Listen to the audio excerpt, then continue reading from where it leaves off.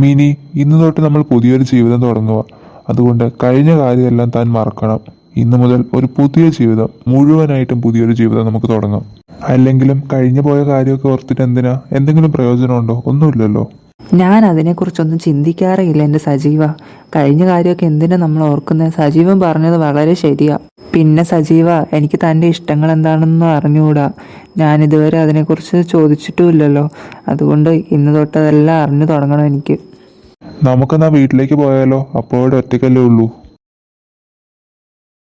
അച്ഛനും മിനിയാൻ്റെയും പെട്ടെന്ന് പോയിട്ട് തിരിച്ചു വരാന്ന് പറഞ്ഞതാ. കുറെ നേരമല്ലോ പോയിട്ട്, ഇതെന്താ വരാത്തെ? കുറെ സമയമല്ലേ ഇപ്പം. അവര് വരുമ്പോ എന്തെങ്കിലും കഴിക്കാൻ കൊണ്ടുവന്നാൽ മതിയായിരുന്നു. എനിക്കാണ് നല്ലോണം വിശക്കുന്നുണ്ട്. ഇനിയിപ്പോൾ ഞാൻ എന്തിനാ ഇവിടെ നിൽക്കുന്നത്? ഞാനിവിടെ ഒരു അധികപ്പറ്റാകും. പെട്ടെന്ന് തന്നെ ഇവിടെ നിന്ന് ഇറങ്ങണം. സജീവനും ഇനിയും തിരിച്ചു വരുന്നതിന് മുന്നേ എനിക്ക് ഇവിടെ നിന്ന് ഇറങ്ങണം. എന്ത് പറ്റിയ ആന്റി? ആന്റിയൊക്കെ സങ്കടത്തിലാണല്ലോ. ആരെങ്കിലും ആന്റിയെ വഴക്ക് പറഞ്ഞോ? മോനെ ആൻറ്റി കുറേ ഉപദ്രവിച്ചിട്ടുണ്ട്. എങ്ങനെയൊക്കെ ഉപദ്രവിക്കാവോ അങ്ങനെയെല്ലാം. ആൻറ്റിയോട് മോൻ ക്ഷമിക്കണേ. മോൻ ആൻറ്റിയോട് ദേഷ്യമൊന്നും തോന്നല്ലേ. ആൻറ്റി ഇവിടുന്ന് ഇറങ്ങാൻ പോവുക. ഇനി ആൻറ്റി ഇവിടെ കാണില്ല മോനെ. മോൻ നല്ലോണം പഠിക്കണം, പഠിച്ച് വലിയ ആളാവണം. എന്നിട്ട് ആൻറ്റിയെ വന്ന് കാണണം. എവിടുന്ന്? ആൻറ്റിയല്ല, അപ്പോഴേക്കും മോൻ മറന്നു പോവായിരിക്കും. ആന്റി എന്തിനാ ഇങ്ങനെയൊക്കെ പറയുന്നത്? ആന്റി എന്തിനാ ഇപ്പൊ ഇവിടുന്ന് പോകുന്നത്? ആന്റിയോട് ആരെങ്കിലും ഇവിടുന്ന് ഇറങ്ങി പോകാൻ പറഞ്ഞോ? ആന്റി എങ്ങോട്ടും പോകണ്ട. ഞാൻ ആന്റി ഒരിക്കലും മറക്കില്ല ആന്റി. ഞാനിനി ഇവിടെ നിന്നാൽ ശരിയാവില്ല മോനെ. മോൻ്റെ അച്ഛൻ വേറെ കല്യാണമൊക്കെ കഴിച്ചില്ലേ. ഇനി നിങ്ങളൊരു കുടുംബമായിട്ടൊക്കെ താമസിക്കുക. അവിടെ ഞാൻ നിൽക്കുന്നത് ശരിയല്ലല്ലോ. മോൻ്റെ സ്നേഹം കൊണ്ട് പറയുന്നതെന്ന് എനിക്ക് മനസ്സിലാവും. പക്ഷേ എനിക്ക് നിൽക്കാൻ കഴിയില്ല.